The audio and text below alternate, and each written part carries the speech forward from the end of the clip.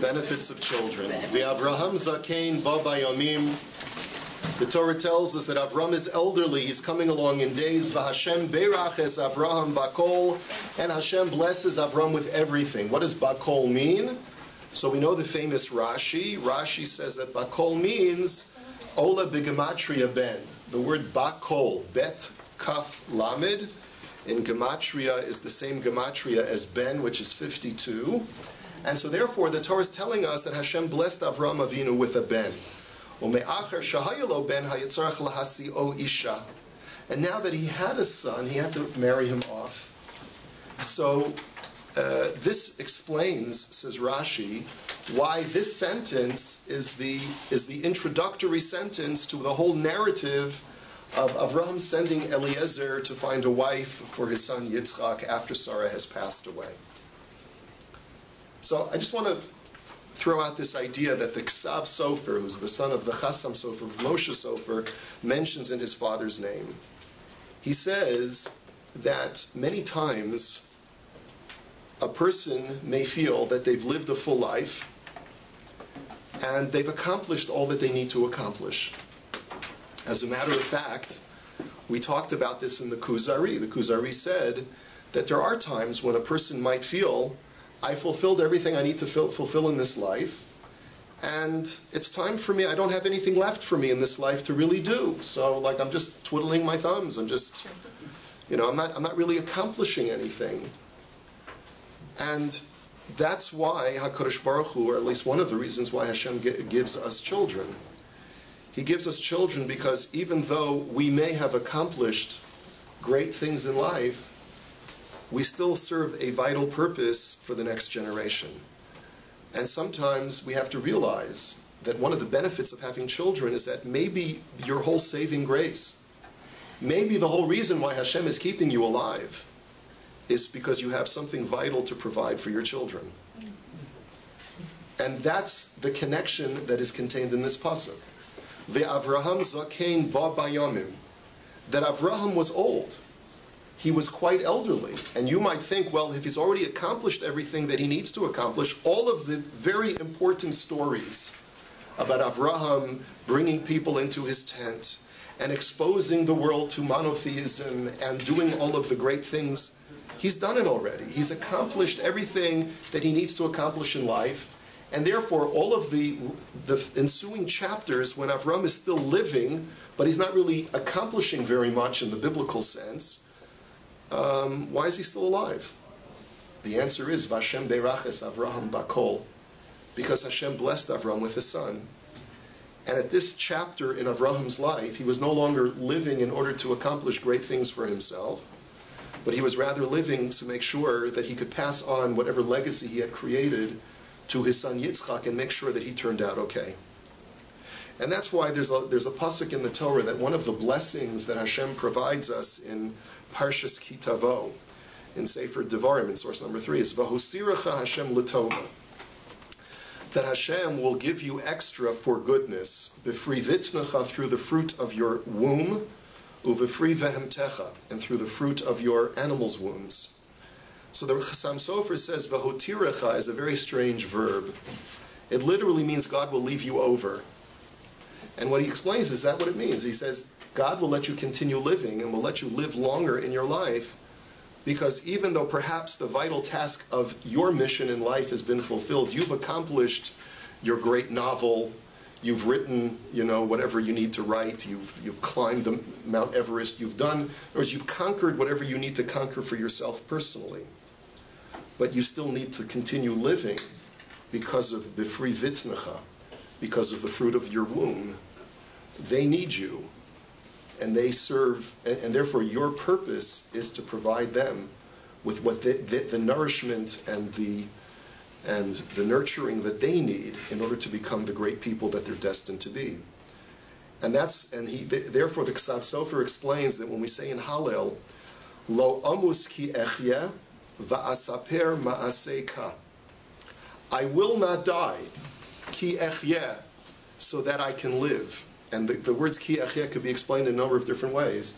Ki echye could also mean, if I die, I can actually start living in the next world. But no, I won't. I won't die yet. Why? Because I still have a story to tell. Va'asaper ma'aseka. I still have a story that I need to relate to the next generation. Right? The survivors need to relate the story to their children, and their children now start needing to relate the story to their children. And every generation exists not only for itself, but for the sake of its children. And that's how also you can explain what we say in Kapitel Tzadi Beis in Tehillim, which is part of our davening. Tzadik katamar yifrach, the righteous person sprouts up like a date tree, which produces much fruit. Ke'erez balevanon yizkeh, he shall flourish like a cedar of Lebanon. Shesulim beveis Hashem, firmly planted in the house of God. B'chatzros Elokeinu yafrichu, they will sprout forth and blossom forth in the courtyards of Hashem.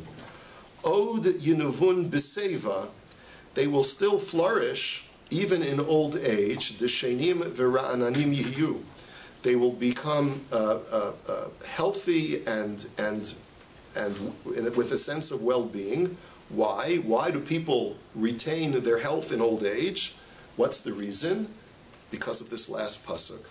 Lahagid ki ashar Hashem, so that they can tell the story about God's uprightness. God keeps me in my healthy state in old age so that I can relate the story to the next generation. Tzadi tzuri v'lo avla sabo, that he is my rock and there is nothing perverse within him. So that's the one benefit of having children. Our children literally keep us alive, according to this explanation.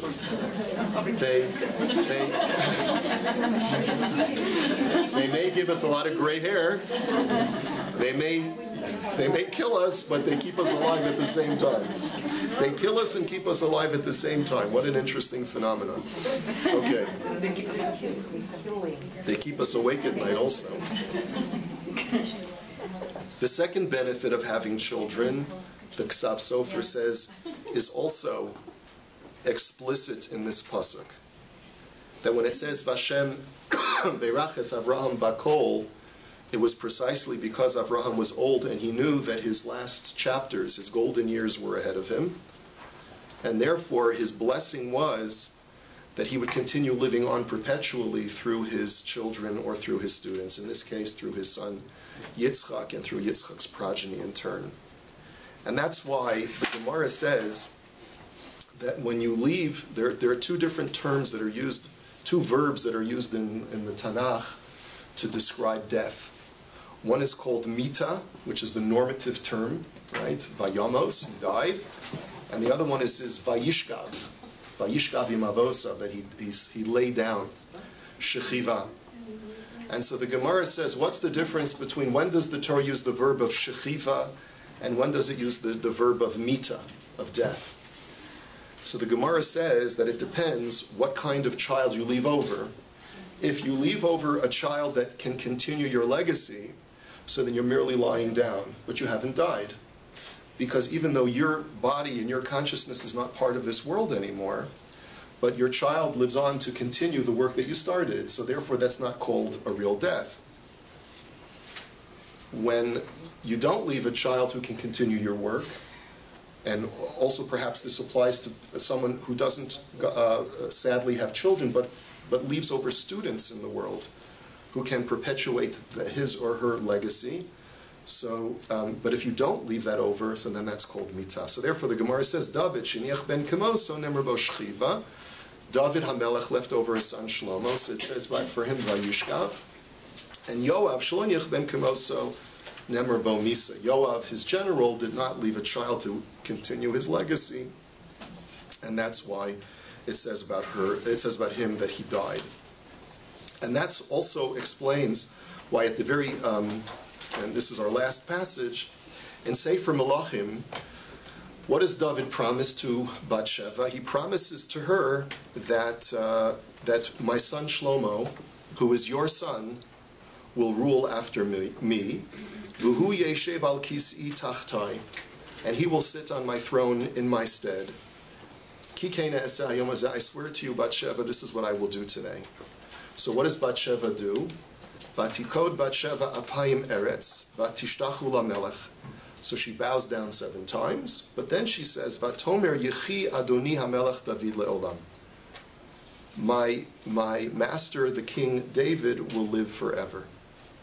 She wasn't just giving him a bracha, she was making an affirmation of her understanding that now that you've made the wise decision and left over a son Shlomo to continue your legacy, then Yutaka will live forever. Because we live forever when we leave over others in this world to continue our work.